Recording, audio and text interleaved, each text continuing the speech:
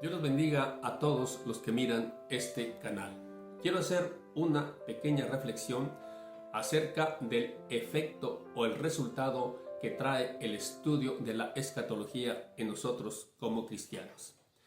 Acabo de terminar una pequeña serie precisamente sobre el tema que te animo a que la escuches si no lo has hecho y te aseguro que te será de bendición a tu vida espiritual.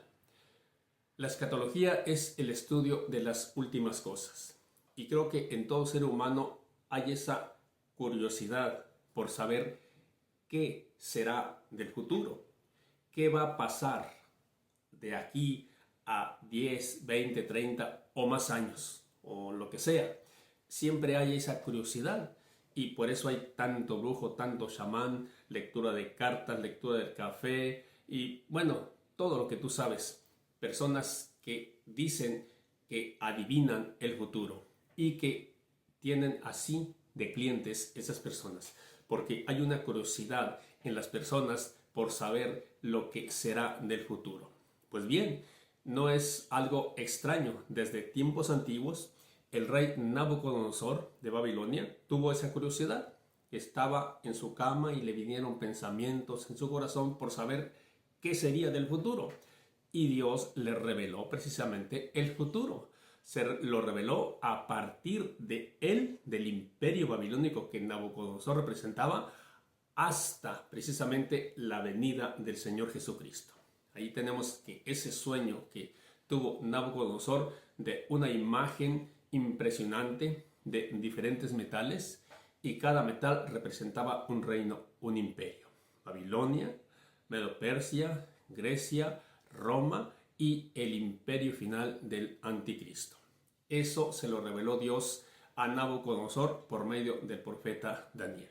Y en ese quinto imperio que va a estar reinando sobre la tierra, como ya te lo expliqué en la serie pasada, en ese quinto imperio el Señor Jesucristo va a regresar.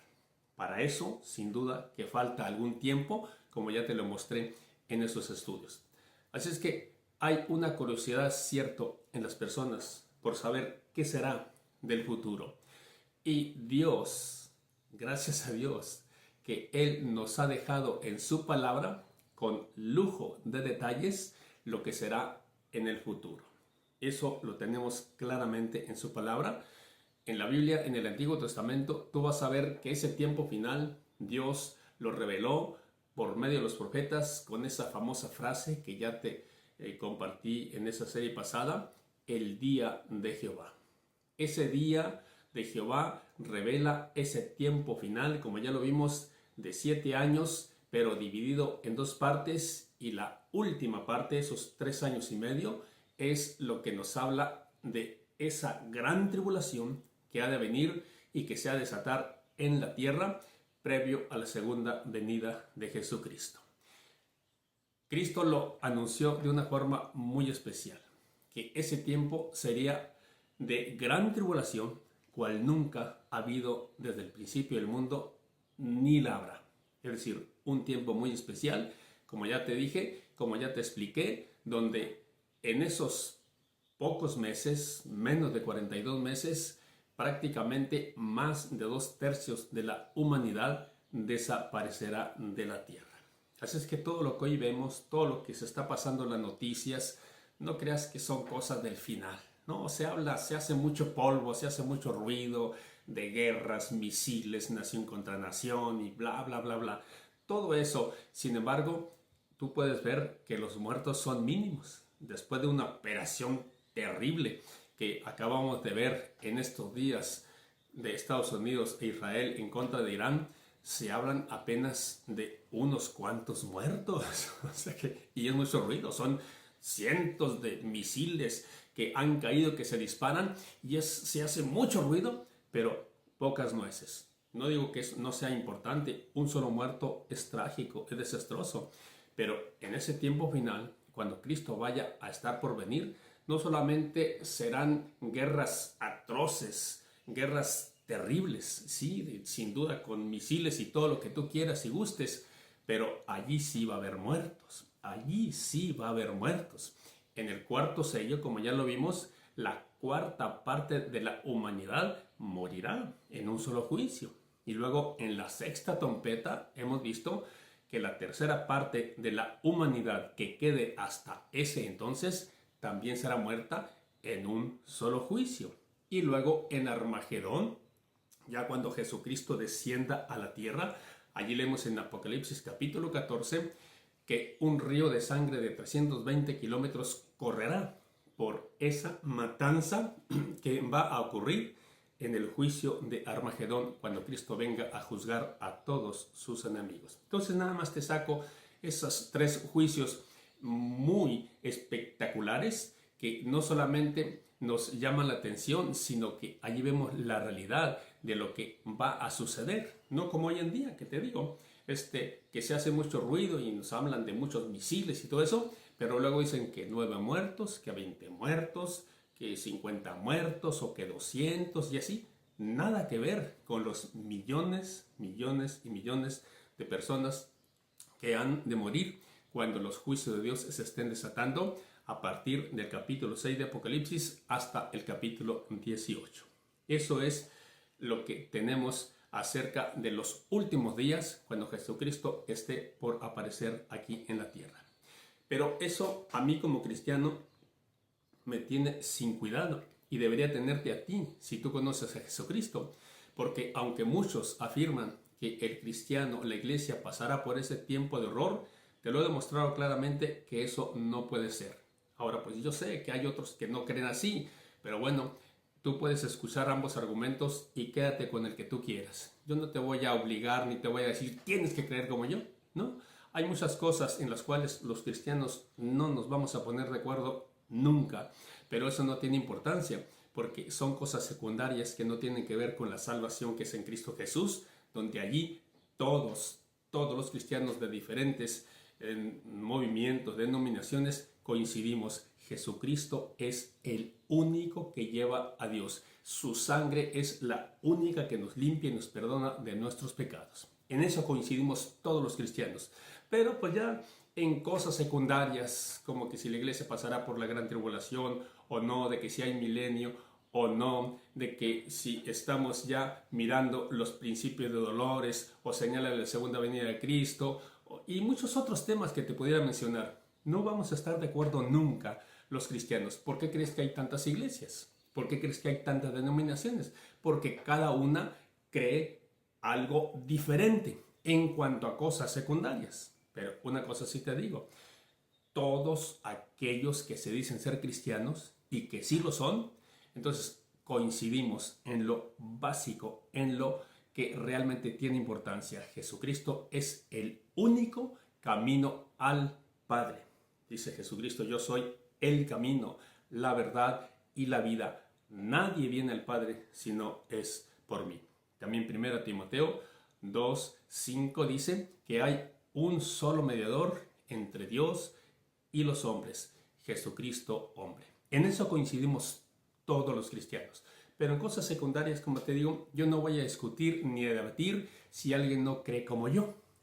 Miles creemos como yo, miles no creen como yo y como los que estamos en ese grupo. Entonces, a continuación, yo te puedo decir muchas cosas de las cuales creo y creemos millones de cristianos. Te las iré compartiendo conforme avanzamos en nuestros estudios, dando por hecho que no todos creen lo mismo y que yo no te voy a decir tienes que creer como yo, ¿no? Simplemente yo te presento la palabra de acuerdo a su contexto y si eso te convence y ves que es realmente lo que dice la palabra de Dios, pues puedes creerlo. Y si no, pues puedes creer cualquier otra cosa que te dice otro predicador. No hay problema. Pero en Cristo Jesús, todos te tienen que decir esto. Si tú quieres ir al cielo, si tú quieres ser perdonado, si tú quieres ser limpio de tus pecados, solamente la sangre de Jesucristo y no hay otro medio. No hay santo ni santa que te lleve al cielo. No hay nadie que interceda por ti, sino solamente Jesucristo. En eso sí coincidimos todos los que decimos ser cristianos. Pero temas secundarios, eso vamos a estar siempre en desacuerdo. Pero no por eso vamos a ser enemigos. Podemos convivir como hermanos. Pero volviendo al tema, ¿qué resultado tiene la escatología en nosotros como cristianos? ¿Qué efecto tiene? Sin duda que tiene mucho, y te lo voy a mostrar aquí.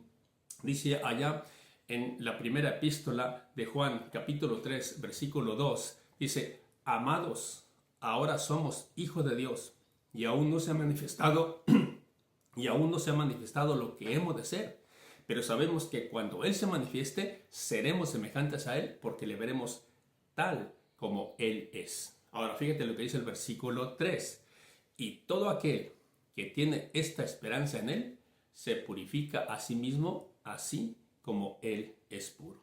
Así es que la escatología trae un resultado en los cristianos: una vida de obediencia, viviendo en santidad. No perfección, porque vivir en santidad no significa impecabilidad, que ya te lo compartiré en otros estudios que tengo preparados para compartirlos contigo. No, ser santos no significa que somos perfectos en esta vida. Si somos perfectos ante Dios, Él nos mira en Cristo y no mira ni una sola falla en nosotros. Porque la Biblia dice también en Romanos capítulo 8 que no hay ninguna condenación para los que estamos en Cristo. ¿Por qué? Porque hemos sido justificados en Cristo Jesús, y su sangre dice que nos limpia de todo pecado y nos limpia de toda maldad. Entonces, la escatología nos trae sí ese propósito intenso de vivir en obediencia al Señor. Como te digo, a pesar de nuestras imperfecciones, a pesar de nuestras fallas, nosotros como cristianos, cuando estudiamos ese tema de la escatología, nos mueve a vivir en obediencia, a ser mejores cada día, pero no para ser salvos, porque hemos sido salvos por Jesucristo y nosotros nos esforzamos para agradarle porque somos de Él, porque somos sus hijos. Yo no voy a tratar de hacer buenas obras, buenas acciones para ser hijo de Dios, para que Él me vea con favor. No, la salvación es enteramente por gracia. Como dice Efesios capítulo 2, por gracia sois salvos por medio de la fe, y esto no de vosotros, no por obras, para que nadie se gloríe. Y así, en multitud de citas encontramos que la salvación es por gracia, por la fe. Pero cuando nosotros hemos conocido al Señor, entonces es que queremos agradarle y nos esforzamos por vivir en santidad, en obediencia. La santidad, como te digo, es ese anhelo, ese deseo de caminar siempre en obediencia con Dios, a pesar de que a veces le fallamos, pero ahí está la solución. Dios nos dice claramente que si confesamos nuestros pecados, Él es fiel y justo para perdonar nuestros pecados y limpiarnos de toda maldad. Esa palabra va dirigida a los cristianos, a los que le conocemos, no a aquellos que no le conocen. De manera que vivir en santidad, en obediencia, no significa perfección, pero sí significa reconocer nuestro pecado, apartarnos de él y seguir en ese camino. Como dice Pablo, no pretendo haberlo alcanzado todo, pero prosigo hacia adelante para alcanzar esa meta, ese supremo llamamiento por el cual yo fui llamado. Entonces todos los cristianos nos esforzamos así para serle agradables. Y el estudio de la escatología es precisamente lo que nos mueve a vivir en santidad. Lo dice claramente. Todo aquel, dice aquí 1 Juan capítulo 3, versículo 3, todo aquel que tiene esta esperanza en Él se purifica a sí mismo, así como Él es puro. ¿Cuál esperanza? De que Él va a venir, de que Él va a regresar y Él finalmente va a establecer ese reino glorioso, como dice allá segunda de Pedro capítulo 3, versículo 13. Pero nosotros esperamos, según su promesa, cielos nuevos y tierra nueva en los cuales mora la justicia. Como lo dijo ya Daniel en esa impresionante profecía de las 70 semanas, 9:24, que Dios va a venir y va a poner fin al pecado y va a establecer la justicia perdurable. Ese es el reino que nosotros esperamos. Eso es lo que nos motiva a vivir en santidad. Saber que un día Dios va a venir aquí, va a establecer su justicia perdurable y le va a poner fin al pecado. No más pecado. Dios juzgará finalmente a todos sus enemigos en Armagedón y finalmente en el juicio final del gran trono blanco, donde entonces sí, para siempre se extirpará el pecado. Ni siquiera su sola presencia tendremos en el reino futuro en el cual estaremos con el Señor, donde dice Apocalipsis 22:4 que veremos su rostro. Entonces, el estudiar la escatología nos mueve a vivir en obediencia y en santidad para con el Señor. Que Dios te bendiga y seguiremos adelante reflexionando acerca de este interesante tema. Hasta la próxima, si Dios quiere. Amén.